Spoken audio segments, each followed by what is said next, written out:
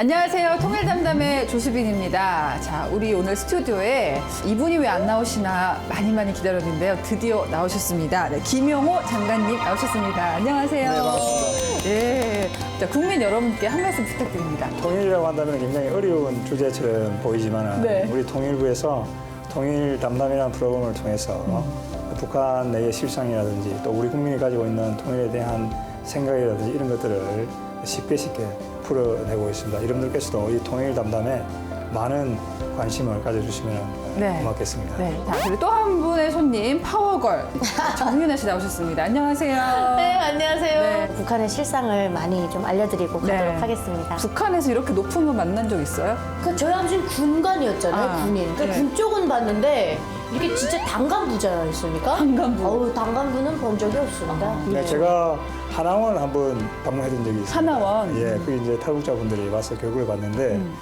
저를 소개를 하는데 네. 제가 그때 2011년 청와대 이제 통일비서관을 있을 맞아요. 때입니다. 예. 그랬더니 노동당 석이다. 그렇게 이해하면 되겠다. 당석이. 그렇게 얘기했는 게 기억이 당석이도 납니다. 센데.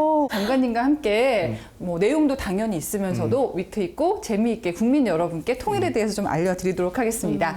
자, 그럼 오늘의 주제 화면으로 만나보시죠.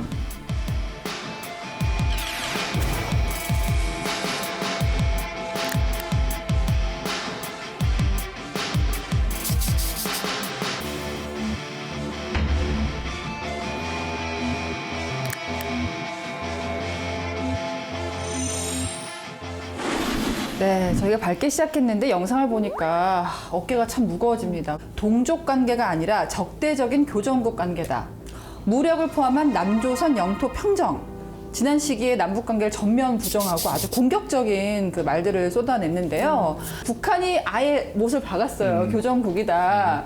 김정은 위원장의 말 어떻게 들으셨는지 궁금해요. 그래서 제일 먼저 이 발표를 보게 되면은 북한이 한국에 대한 어떤 무력 통일에 생각을 아직까지 버리지 않고 있다는 게 이번에 확인이 되었습니다. 그리고 조금 전 말씀하신 대로 그런 위협적인 말을 쏟아내는 것은 북한 내부 사정이 굉장히 어렵다. 그러니까 결국은 북한 내부의 주민들의 어떤 불만 이런 것들을 외부에 위협을 강조하면서 외부의 탓으로 돌리려고 하는 이럴 때일수록 우리가 북한에 대해서 이 확고한 억제 체제를 구축해서 한반도 평화를 유지해 나가는 것이 대단히 중요하다 이런 생각을 합니다. 사실 마음에 평화가 있는 사람은 이렇게 장관님처럼 조곤조곤 딱 부러지게 얘기하거든요.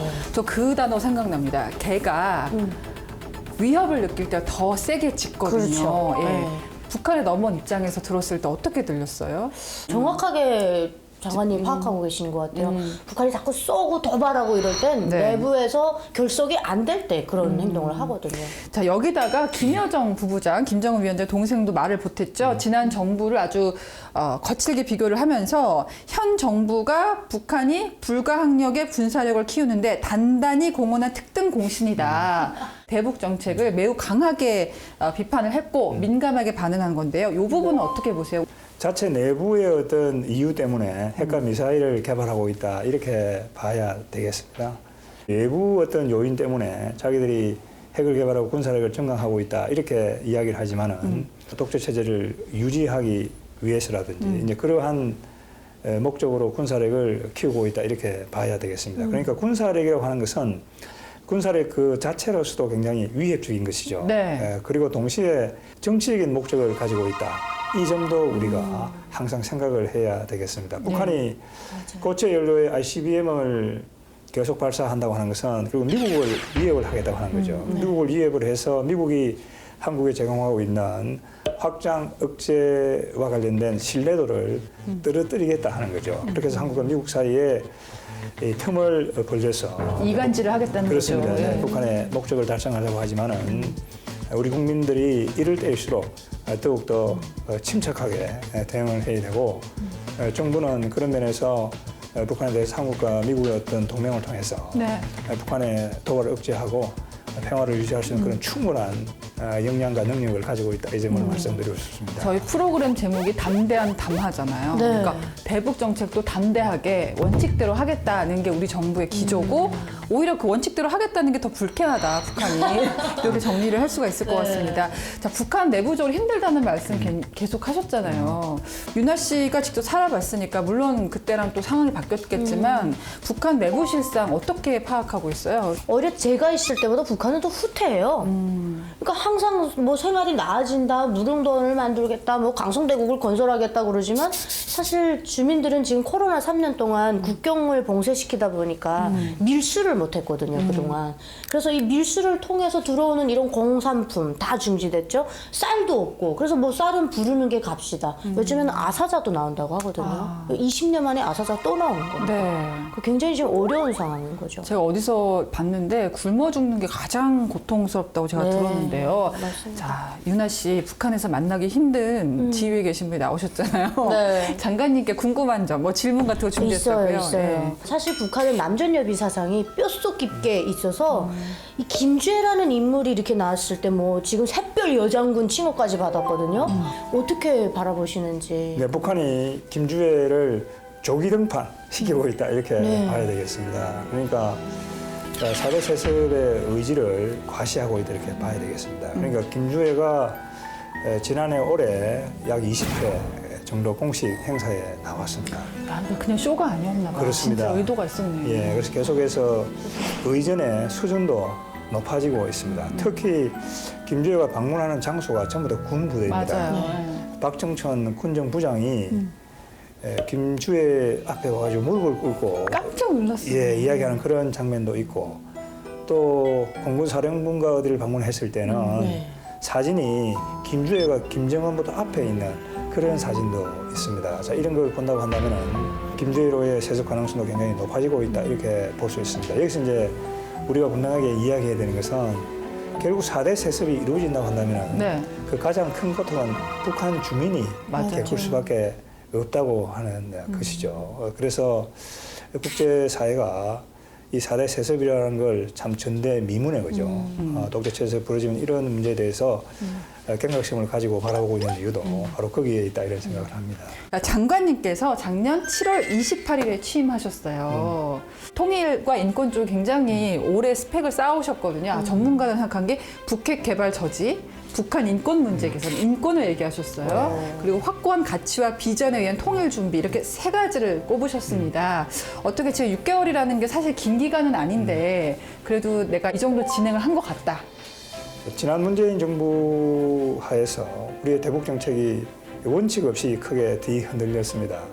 우리 국민들은 이 대북 정책만큼은 당당하고 북한에게 할 말을 하는 그런 어떤 것을 요구하고 있다 이렇게 생각이 됩니다. 네. 그래서 우리 정부는 북한에 대해서 대단히 원칙 있는 그런 정책을 펼치려고 하고 그 다음에 북한 인권 문제도 그렇습니다. 북한 인권 문제를 이야기를 하면은 북한이 대화에 나오지 않을 것이다.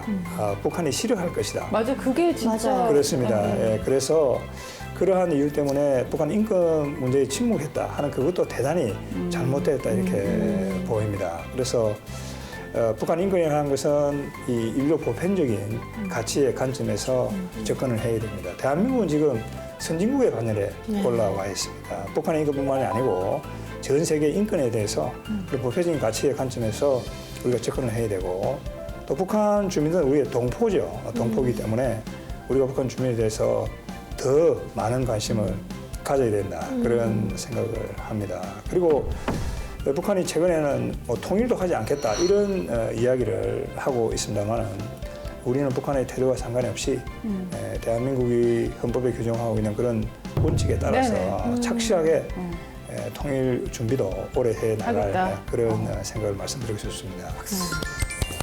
아니 저는 인권 문제를 먼저 얘기하셔서 굉장히 감동받았던 게 저의 평소 생각과도 비슷한데 북한 정부 지도부랑 주민은 사실 따로 봐야 되는데 이게 다 막 짬뽕이 돼가지고 인권 문제를 얘기하면 북한과 이야기할 수 없다는 논리가 너무 가슴이 아팠던 거예요. 혹시 뭐 잠깐 말씀을 해주셨지만 뭐 개인적으로 북한 인권에 대해서 관심을 갖게 되신 이유가 있으세요? 제가 북한 인권에 대해서 관심을 갖게 된 것은 이 탈북자들을 제가 만나봤습니다. 만나보니까 그들의 삶이라는 것이 너무 어렵다는 생각을 하게 되었습니다. 그래서 제가 통일부 장관이 되어서는 국립북한인권센터가 맞아요. 만들어지게 네. 됩니다. 북한 인권 문제에 대해서 이야기할 뿐만이 아니고 홀로코스트라든지 맞아요. 전 세계 인권과 관련된 문제를 전시 홍보도 하고 또 우리도 전 세계적으로 이렇게 그걸 공유하는 그런 센터로 만들기 위해서 노력을 하고 있습니다. 그리고 제가 지난해에 베를린, 독일을 방문했습니다. 구동독 정치범 수용소의 인권 상황도 참 처참했지만은 북한의 그 정치범 수용소라든지 북한 주민의 심하다면서요. 인권 상황은 더 심각하다. 그래서 올해 북한 인권과 관련된 국제회의라든지 네, 그런 네. 인권센터에 젊은 세대들에게 왜 이 북한 인권이라고 하는 것을 우리가 계속 이야기하고 또 그걸 개선하기 위해서 노력해야 되는지 이제 그런 것들을 네. 많이 이야기하려고 그렇게 하고 있습니다.